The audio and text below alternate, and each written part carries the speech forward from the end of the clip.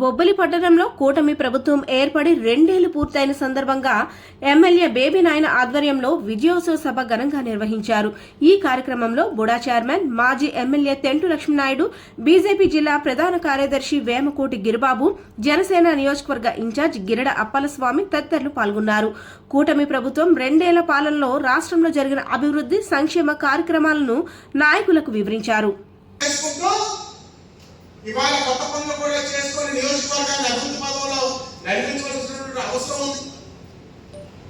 చంద్రబాబు నాయుడు గారు అవాళ ముఖ్యమంత్రిగా ఉన్నప్పుడు బొల్లాది బ్రిడ్జ్ అవనివ్వండి, లోచర్ల మన శివడివలస గ్రామంలో చెప్పుకోత పథకాలు అవనివ్వండి, బారాది బ్రిడ్జ్ అవనివ్వండి, 5 సంవత్సరాలు గడువుపెట్ట ఆ బారాది బ్రిడ్జ్ వారి సకాలంలో పూర్తి చేయకపోవడం వల్ల ఒక బైపాస్ రోడ్డు ఖర్చు పెట్టి వేసి డబ్బు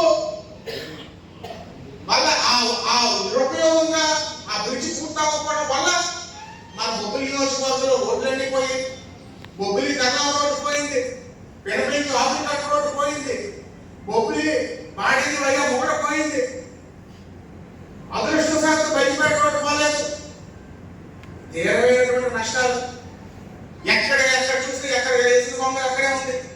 నేను ఎమ్మెల్యే రివ్యూలు పెడితే దీనికి ఎక్కడి నుంచి డబ్బులు తెస్తామని నిజంగా భయం ఉండేది. కానీ ఒకటి తర్వాత ఒకటి అసెంబ్లీలో మాట్లాడడానికి అవకాశం దొరికింది, నియోజకవర్గ సంస్థలు ప్రస్తావించడానికి నాకు అవకాశం దొరికింది. మన ప్రభుత్వంలో మన పార్టీలో ఒక ముఖ్యమంత్రిని కలడానికి 5 సంవత్సరాల్లో 2 సార్లు 3 సార్లు కలవాల్సిన దౌర్భాగ్యం పట్టలేదు. ఈ 2 సంవత్సరాల్లోనే 30 సార్లు కన్నా ఎక్కువ సార్లు చంద్రబాబు నాయుడు గారిని కలిశాను. ఎన్నోసార్లు లోకేష్ గారిని కలిశాను, ఎన్నోసార్లు పవన్ కళ్యాణ్ గారిని కలిశాను. నియోజకవర్గ సమస్యలు వివరించాను. దానికి తగ్గట్టు ప్రతిఫలం మనకు దక్కింది.